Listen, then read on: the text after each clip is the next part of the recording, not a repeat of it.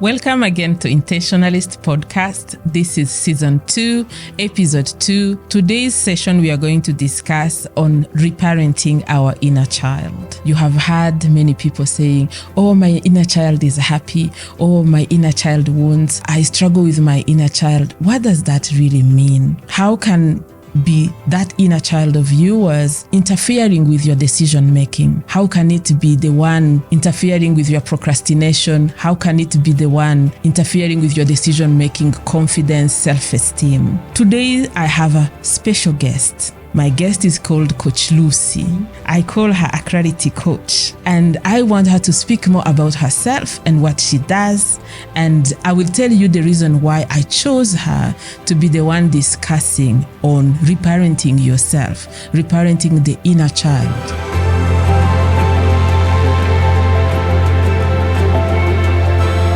Welcome, Lucy. Thank you so much, Alice. It's so good to be here and to speak about a topic that is very close to my heart. I know. You know, speaking about reparenting that inner child is a reality for me, Alice. Yeah. And a reality because I found myself in a situation, and when I look at it, you know how a counselor will ask you, how far back can you take yourself to remember when this became a thing? Yes. I was a 10-year-old girl and my life shifted. And this is because my parents' life changed. And therefore, we had to move from one environment to another. And I wrote a book about it. In fact, in that chapter, I say, nobody asked my permission. My life was just uprooted, and it was assumed that I would integrate very easily. Therein started a journey of self-doubt. Yes. A journey of trying to fit in. And when I say trying to fit in, of course, that suggests that there are other children in play. Yes. Who are in a different environment, or perhaps the environment that I was in before. But now when they look at me and what I look like, I was different. Yes. I was different externally. And the one that really took it home was that I was different internally. The self-doubt had begun to creep in. Yeah. From a confident little girl, I began to wonder where I fitted in. And when you start trying to fit in, already that's a red flag. Yes, yeah. And instead of me being that lively child that lived in the presence of confidence, supreme confidence of trusting who I was crumbling. It did not help then that I was now going into puberty. Yes. Because when you're going into puberty and you already have these doubts. There's so much transition happening physically, emotionally. Yes. So how did that affect even the little confidence that you had back then? It greatly affected me, because then even as I was around other children, I was now looking for something that was going to help me stand out, because I felt that I was not enough. And some of the things that I tried to do was keep at par with education, to be number 1, 2, or 3. But this move really affected my internal compass. Let me call it that, my internal compass. So the way I showed up was somebody who was struggling, but I didn't see it as that. Yes. I just saw that something bad had happened to me. And this became my narrative. I'm interested to hear that more, because when I lost my parent as well, my only relevance was to make sure that I excel in education, because my dad, my mom are not there, who are going to clap for me, who are going to say, oh, you did so well, you did so well, who are going to reward if I've done anything good. Yes. So I knew I was on my own as well. So the focus of making sure that I don't mess up with education. Like, education was my only flag that I can only be recognized as someone who get A+. Yeah. I had to be moved from the city to go to be fostered in our grandparents' home. So wanting to always want to go back to the life you had before. I see the similarities in that. So when we talk about the inner child, when did you discover that this low self-esteem, this confidence that I'm struggling with. This is not the Lucy that I knew before 10 years old. Yes. When did you pinpoint that this might be an inner child issue? Years later. Yeah. So literally, I was a car wreck. I was going from one wreck to another into my teenagehood. Yes. And into my young adulthood. Because Alice, as I answer that question, there's something about personal identity. When you're going through a time in your life with peers, you see in school it is very structured. Yes. The bell rings at a certain time. There are certain lessons we need to do. There's sports we go to. So it works very well until you leave this safe environment. Yes. And this safe environment now was when I was becoming an adult. And I moved again from the environment I was in because of the same education to go into the world. That is when I started realizing about this inner child. I didn't know it was the inner child. I knew something was not right. Yes. Something kept on bringing me back to a point where I am challenged. I am not showing up. There's another voice in me that is giving me a test of, you can never do this, Lucy. Yeah. You can never rise up to this position. Yes. Why are you insisting? But there's that innate thing, Alice. Yes. That natural thing. I'm not talking about the nurtured one. I'm talking about the one that you're born with. Yes.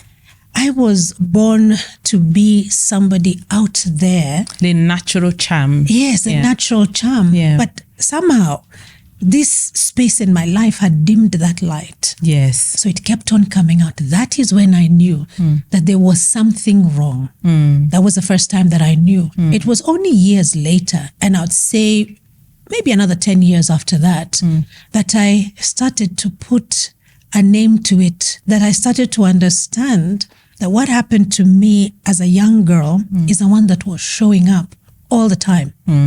It was overriding my natural self. And my natural self was actually very strong, Alice. It kept on trying to come up.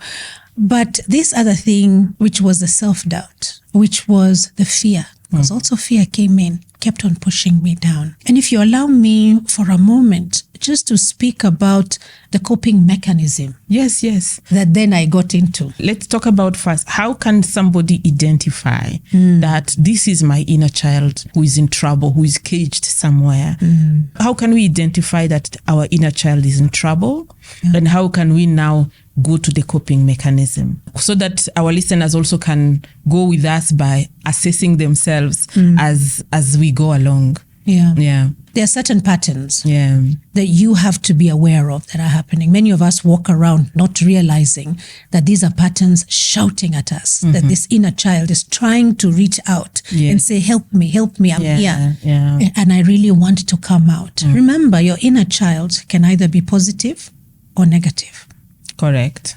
Now, in this case, my positive inner child was there trying to come out and override this new identity that I had because of something that happened to me as a young girl. And then I had the negative one, which was now what I was hearing. In fact, not that anybody was telling me, Alice.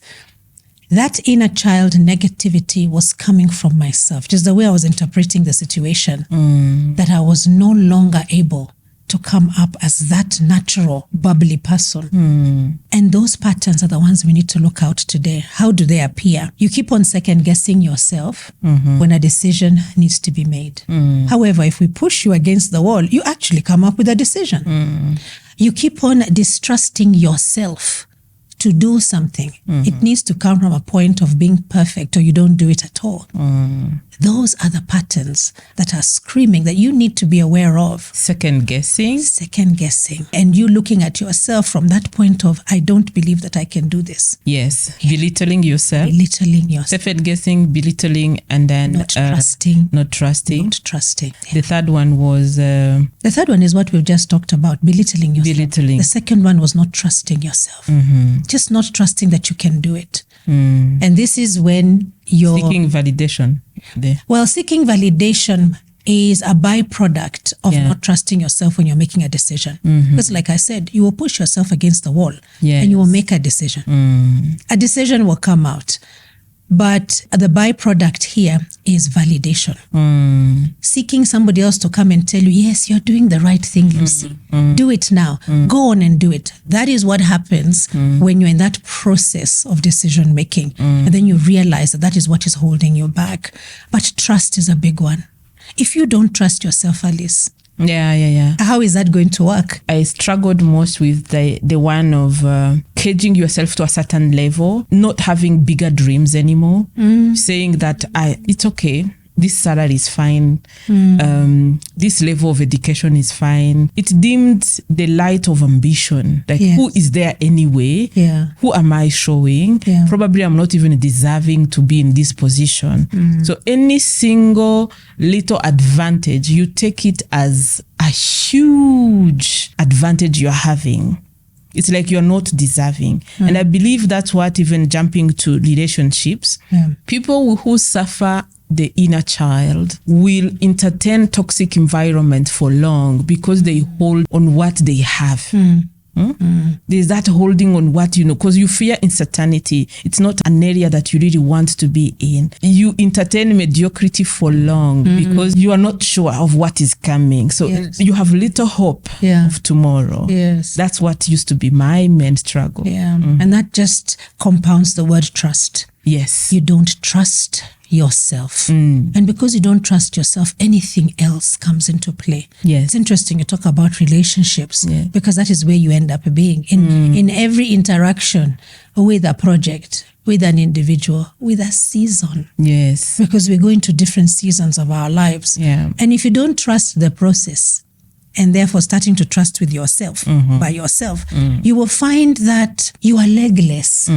You stand for nothing. In fact, the word that's coming to mind right now is purpose. You therefore do not find your purpose and live in it. You dishonor it just by not trusting yourself. At least it has to start with you. I agree. And that inner child is you. You choose how that inner child is going to show up for you. So those patterns, be aware of them. That is how you start having the red flags. So all the time, I'm in this cycle of making decisions out of fear. I'm in this pattern or cycle of self-doubt. I'll give you an example. If somebody says to you, wow, Alice, you look so beautiful today. Really, this old dress? That's a pattern. That's a sign. You know, step into it. Thank you so much, Lucy. Resisting compliment. I love that. And we do that a lot. We do that a lot. So yes. Because that element of non-deserving. So I don't deserve to be recognized, to be seen. And so that is you recognizing that unmet need in your life. That unmet need in your life, it starts with you. You did not acknowledge who you were. You did not have that conversation with yourself. I like to say, Alice, I have a conversation with me, myself, and I. Those meetings nowadays, they're even minutes. In fact, there's an AI note taker who just takes minutes and we look at the summaries. True. And this for me is reflection. Because even though I speak of it so well today, I am still not there. I am work in progress. All of us, we are. Work in progress. All of us, we are, because as we grow old, you have never been this old. The challenge that you faced at 10, at 20, at 11, now you are transitioning to perimenopause, menopause. They are different. So each season invite us to reevaluate ourselves, restudy ourselves, and choose how we are going to cope with this particular season. So we are constant learners, if I can call it like that. We really are. In fact, in one of my programs, which is the Awakening Self program, a byproduct of my book, and it's for women. I target millennial women because this is where the identity crisis is actually so rife. The millennial woman is the one who has finished school and who knew that now when she comes out, everything is going to be aligned the way we are socialized. And then it's not. So she's busy trying and the goalposts are moving. And before she knows every single day. And before she knows it, suddenly she's beginning to second guess who she is. She's beginning to have that self-doubt. She's got milestones that the society has set up for her. How then does she show up honoring these milestones? So she forgets that she needs to work on herself first. And so my book, Awakening Self, not only talks about my journey as a young girl, but it talks about how I was able to reframe that the positions now that I held as self first, for self, before I was able to pour them out to other people, was as a result of coming to peace. Yes. With that was a season. Yeah. That was somebody else's words. I have challenged those words in my head. And today I am showing up as a person who can. Yes. Help others. Help others. But also first, who can? I can first, me. I can. And once I know that I can, then I can help others. You know that thing that you have on the aeroplane in the security check, where you're told when that mask drops, wear it first, so that then you can be of assistance to others. That is what speaking to the inner child is. Reframing that language if it is a negative one, amplifying it if it is the positive one. So how can we go back to the coping mechanism? If you have the inner child that is busy knocking and probably sending signals of you refraining yourself to be fully potentially exploiting the things that you need to be exploiting in that particular season, how can our listeners or those who are watching us in this episode happen to pinpoint that, this is a sign that identify my inner child is needy in this particular season? It's a very good question. My coping mechanism was perfectionism. I needed to be good at something. Yes. I needed to be externally validated for what I was doing, so it could righten the ship. I felt out of order. Yes. And the term I'd like to use at this time is I had lost control. Yes. And I felt that if I could be perfect in something, we had already seen that it was not going to be the academics. I then found out that I was very good when it came to the arts. I was a singer. I have the voice.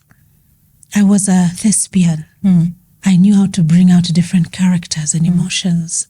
I had arrived. Now I knew this is the one I was going to do, to be able to allow people to see me for who I truly am. Those deep gems. But you see, I was doing it for other people. Yes. Not for myself. To find a stage. Yes. Yeah. To give back your stage. Yes. Yeah.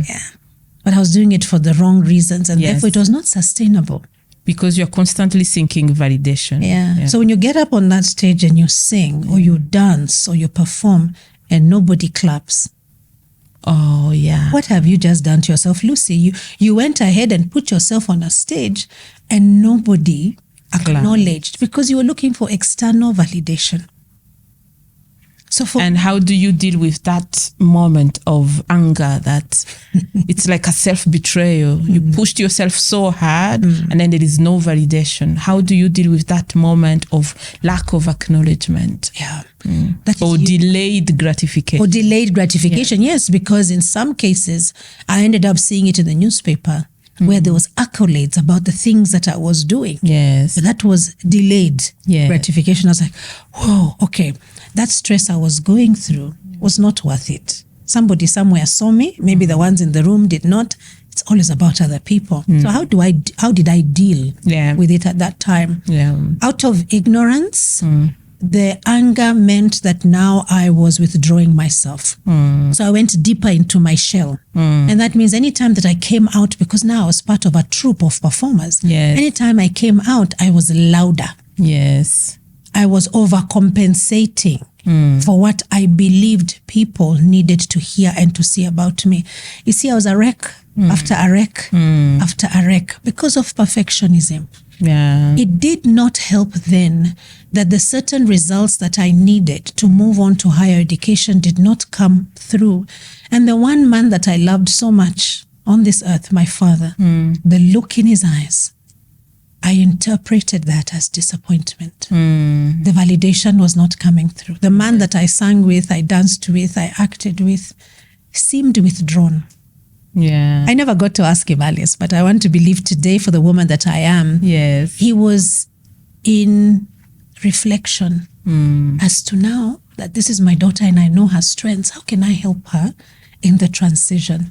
That is most probably what was going on in his eyes. But because I had already identified myself as a no-gooder in academics, because I'd already given myself that stage to go and perform, to overcompensate for this, my interpretation was so wrong and my anger became more. Needless to say, now I became even a worse person because at this point I didn't trust myself at all. You chase one thing, it's not working. You chase the next, it's not working. Then the lack of that validation is delayed. Yes. Then in the process, you doubt everything. Exactly. And it took long, like I told you, another 10 years after that, before I came to realize that it was meant to be coming from inside me. Nobody cares, Alice. I wish we can know that sooner. Then we make less mistakes. Nobody cares. Nobody. The person who should care is you, yourself. About you. And therefore, how do we turn this perfectionism around? I have turned it around to excellence. Yes. Being the best version of myself at any one moment. So if today I woke up feeling very low, my best version is not going to be as high as the day when I woke up feeling full of energy. Yes. I need to be cognizant of the fact that there are different seasons in my life. Yes. And that meter that I am measuring, my excellence, is going to go up and down. Yes. Depending on the day and how I start. This is very key. It is. It's not about Alice.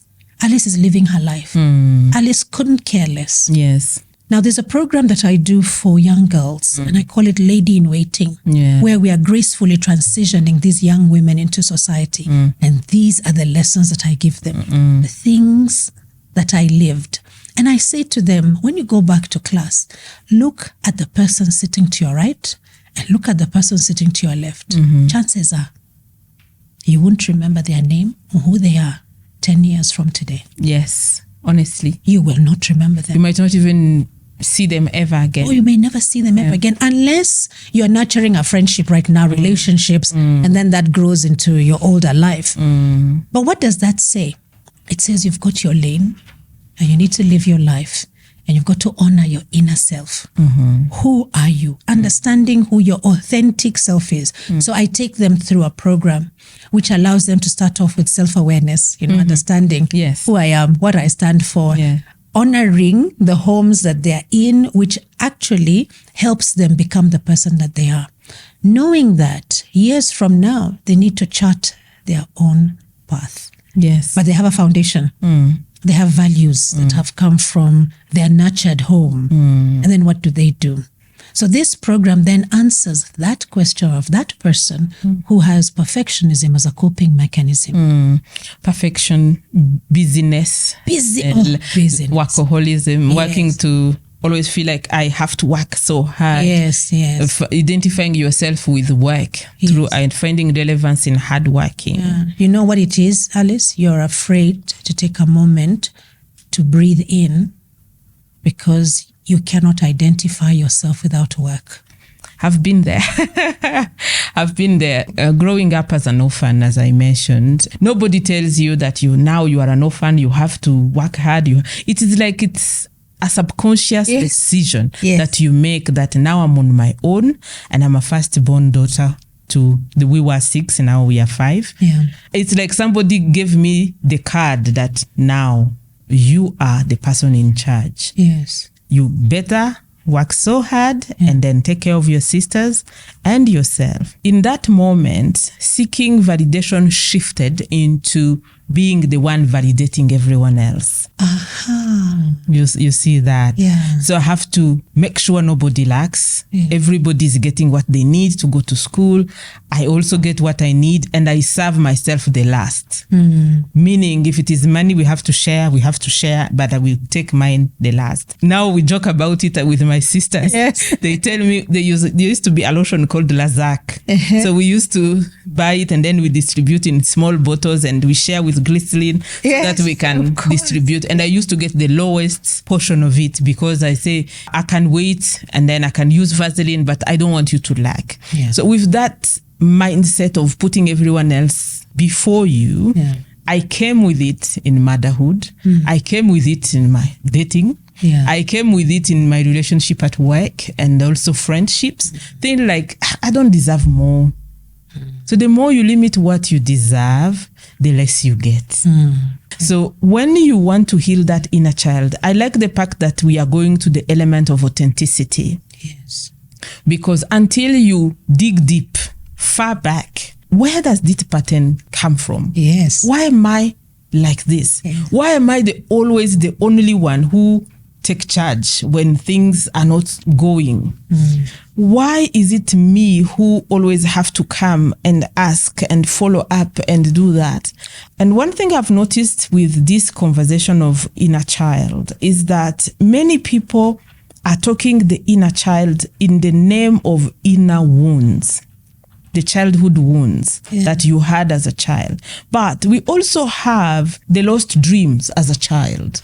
Can we reconcile the two? How come your inner child wounds make you die on your dreams as a person? How do we usually as leaders self-sabotage our decision making basing on our unattended inner wounds that we had as children? Can we talk about that? Oh, yes, we can. And it's interesting that you're bringing the definition of the inner child coming from a wounded space. And then you've brought in the one of killing the dreams. And I like to also recognize that the inner child also is a positive thing. Yes. However, our focus usually is on the wounded. On the wounded, not the dream side. Yes, and the traumatic side. Yes. And we tend to concentrate on that. It is because of what we hear from the media. We like to hear the negative news because that is the one that sells. So if I come and I start saying that I was a confident child, I did very well. In fact, the space that I was in was very empowered. You're not a good story to listen to. But if I came to you and I said I was an orphan, and I suddenly found that I had to take care of my siblings, and I found I had to share lotion, I'll be saying, you need to write a book, Alice.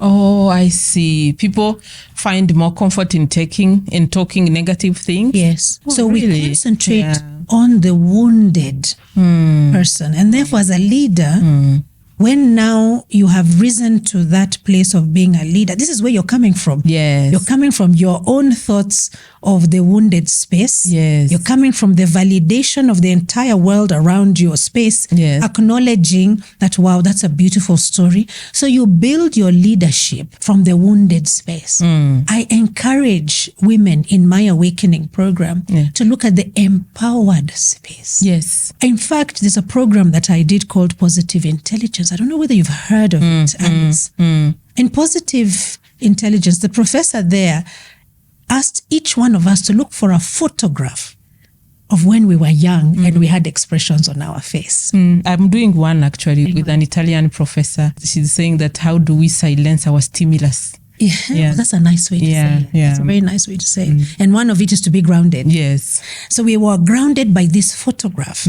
So he asked us to bring in the photographs in our different pods and then look at the photograph and tell the people, first tell yourself and then tell the people the expression and the emotion you were going through. Of course, you have got no clue. This is so many years ago. Mine was when I was a 3-year-old girl. And it was in my eyes, Alice.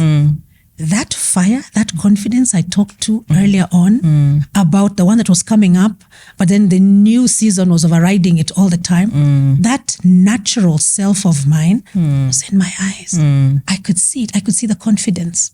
I could see the curiosity, which you alluded to. Yes. The curiosity that we need to be able to have to work with that inner child and understand that is one thing we have lost. Yes. As adults, we have lost the curiosity.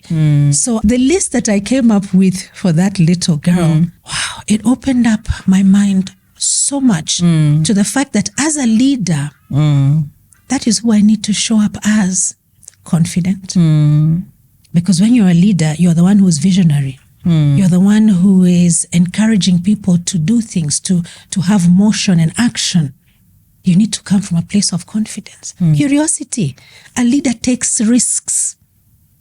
We are not good with staying in a comfort zone. And if you're staying in a comfort zone, then you're not a leader.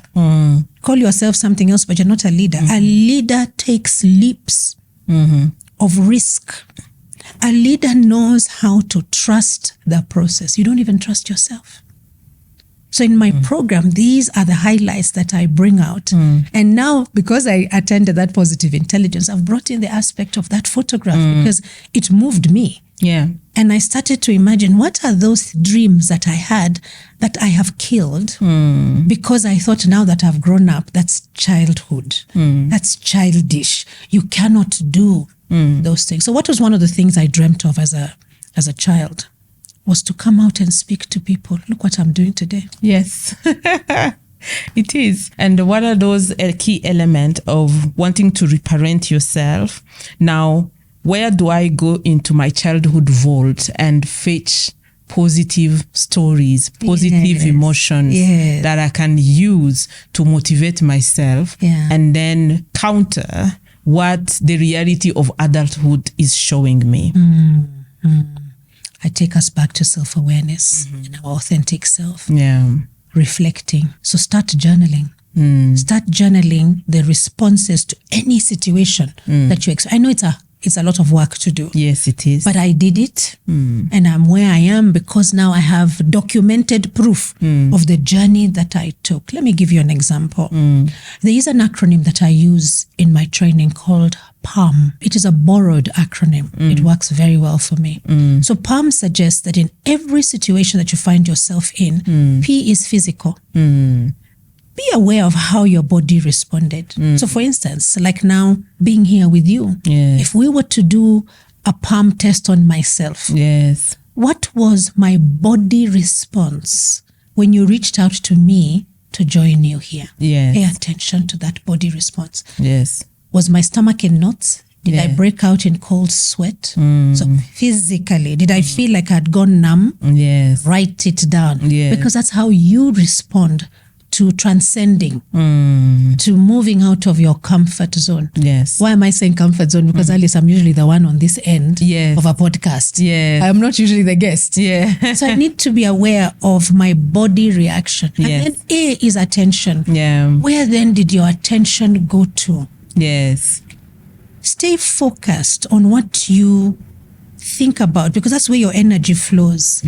Write it down. Where did your attention go? And if I was to give an example for the sake of the listeners today, did your attention go to, I'm actually quite busy, I'm unable to do that? What was it you started telling yourself? What you're trying to avoid. You're trying to avoid. Or you're trying to put Alice down. That's not the kind of platform I want to be on.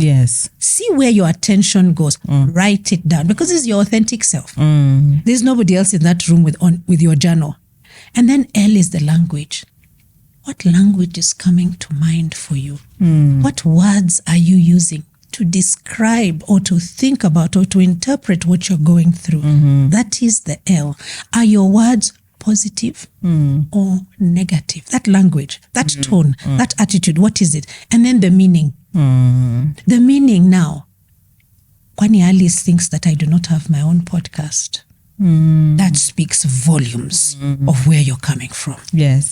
Or does the meaning come across to you as, wow, that's amazing for my personal brand. I'm collaborating. It's exactly what I've been telling my audience to do. What is it? What meaning does it give you? PALM. PALM. Physical, attention, language, and meaning. In everything that you interact with, I encourage the people that I'm training, the women that I'm training, to just bring the PALM aspect into it.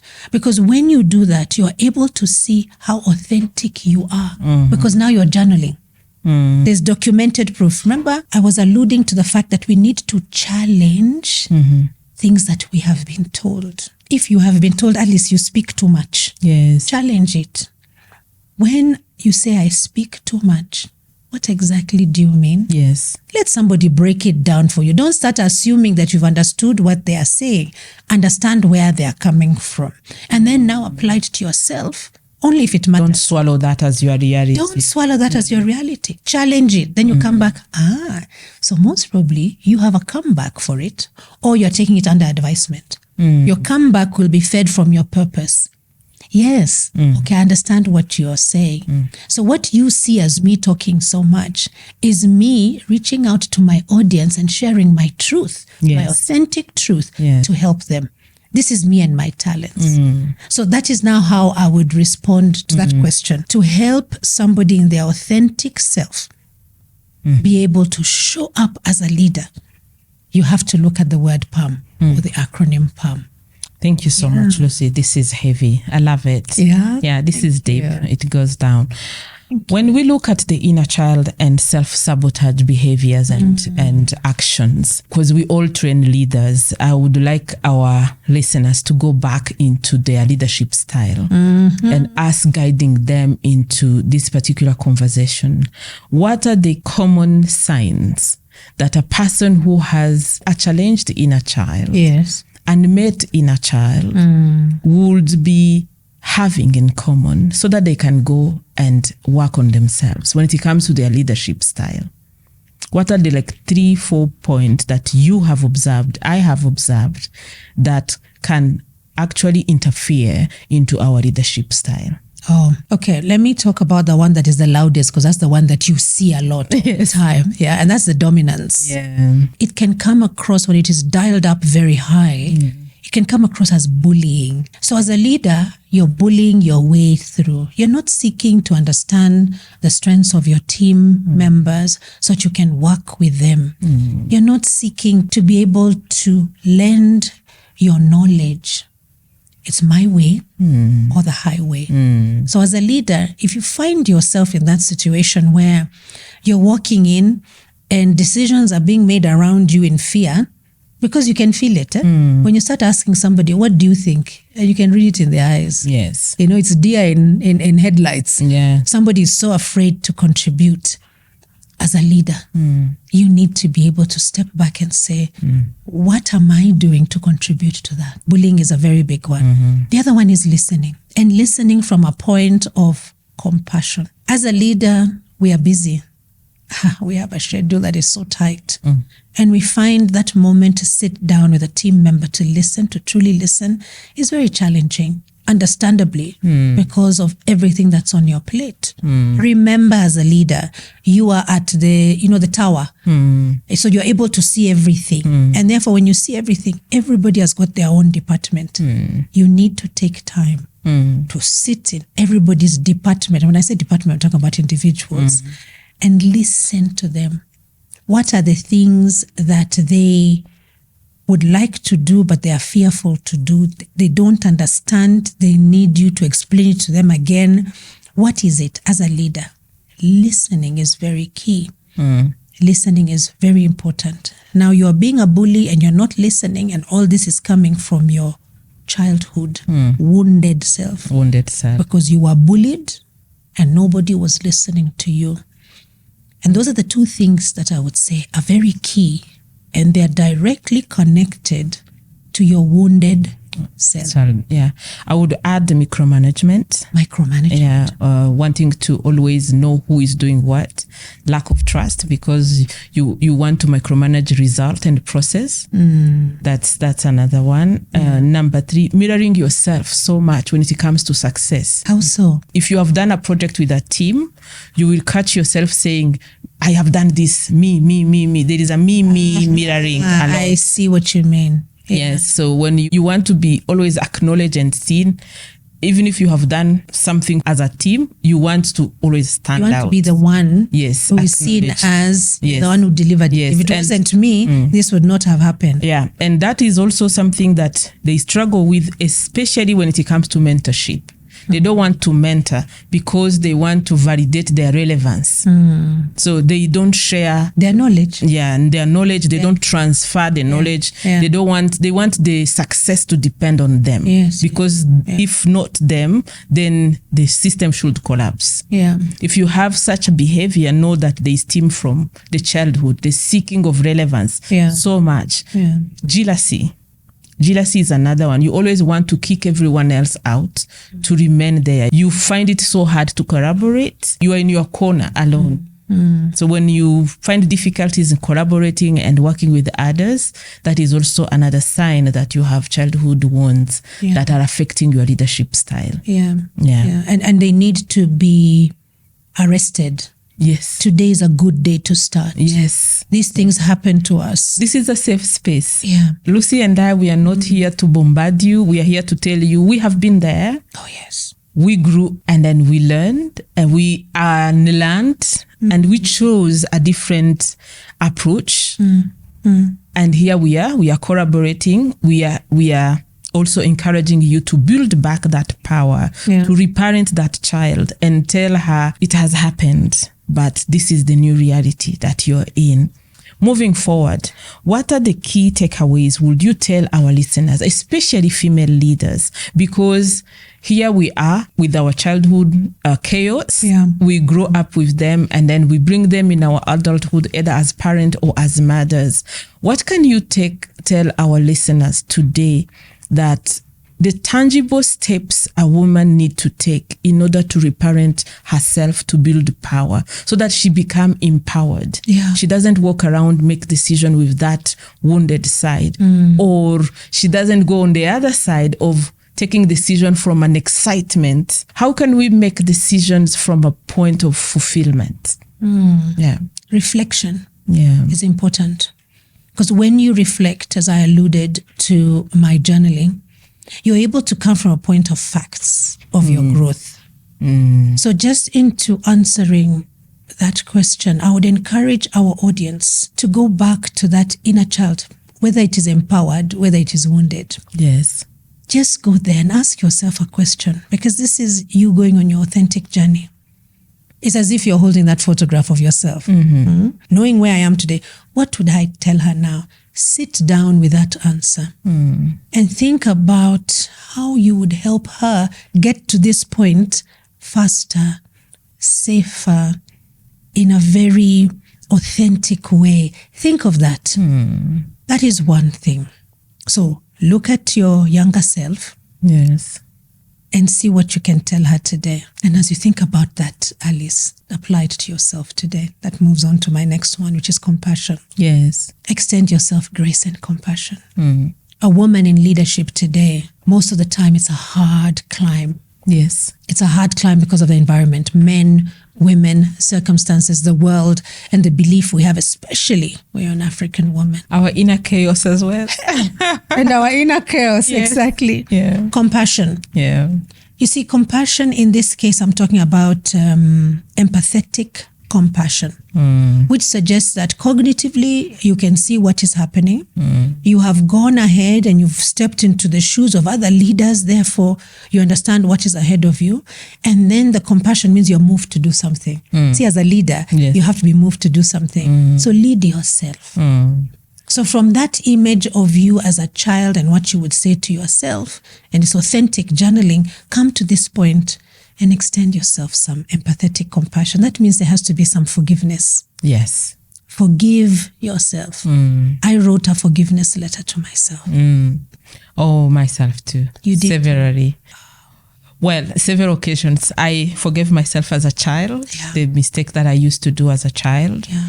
I forgave my mom on the same, because being a firstborn, I used to be punished on collective mistakes. Okay. Yeah. Where were you? How did your sister do this? Where were you? Where were you? Yes. And not knowing that I was also a child, I could not even notice that is a mistake. Or sometime I was part of it. Yes. Probably I was not the initiator, but I was part of the mistake. So I would be the one punished. How did you allow that to happen? A long time ago, there were certain bags that used to have some wheels on it, and then the zip. So when you open it, it can go along like. I remember. So we would take that bag and lower the bag and make it like a skate. Yes. So we stand on it, then we skate the hula house. We skate the hula house. You are children. Yes. Then all of a sudden, and it was not even our bag, it was one of my auntie's bags. So when she's about to pack to go, she said, "My bag has been broken by children." Yes.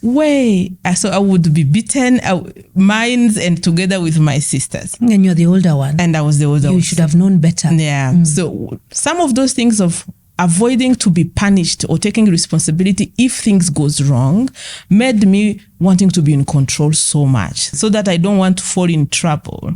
So I grew up with that. While growing up, I had to forgive myself. I had to forgive my mother. I had to forgive anyone else probably who punished me on behalf of others. Yes, forgiveness. Forgiveness. There is that. It is forgiveness on when my marriage failed. I had to forgive myself on the element, what did I knew? Yes. Or how was I supposed to be present while studying, while going to work, while being there, being a child, being a mother, being a wife? Yeah. I had to forgive myself so that I silence the inner voice that tell me, you're not good with men. You're not good with compassion. men. That is extending compassion and your move to do something, in this case, writing a letter of forgiveness. There is an element of intentionality, knowing that I'm responsible of my own healing. I have to heal. Yes. So I had to write like 4 or 5 letters. Yeah. And that translates so well into leadership. Yes. When you start to reframe that through compassion, it shows up now as a leader. When things go wrong, you are objective about the solutions. You are not blaming yourself. It's a system that you're working with, and you're bringing your competency to the table. And you will also be able to forgive others. When such a thing happens, you deal with the action without putting emotions around it. Then you decide from a better place instead of reacting from an emotional space or an expectation space. I call it the empowered space. Yes. You respond from an empowered space, not the wounded space anymore. That's better. So we've talked about reflecting and speaking to your younger self. Yes. What would you extend her? And then we jump onto compassion. And I love that we've gone into forgiveness, because that's a huge aspect of it. And then last but not least, that now sets you up on a stage today. Right here, that inner child is present in you. I encourage our listeners to think of a decision that they have not made. They know it needs to be made. Yes. Something is stopping them. So building up from that conversation with your child self, building up to compassion and coming to the empowered space, and you look at that situation, what would your empowered self do? Would she make a decision? How fast? Would she jump on and actually go with the decision, do something about it, or would she stay in her comfort zone? The answers that you get from what your empowered self is now speaking to that dream inner child. You'll be so surprised. You will surprise yourself. Amazing. I love that.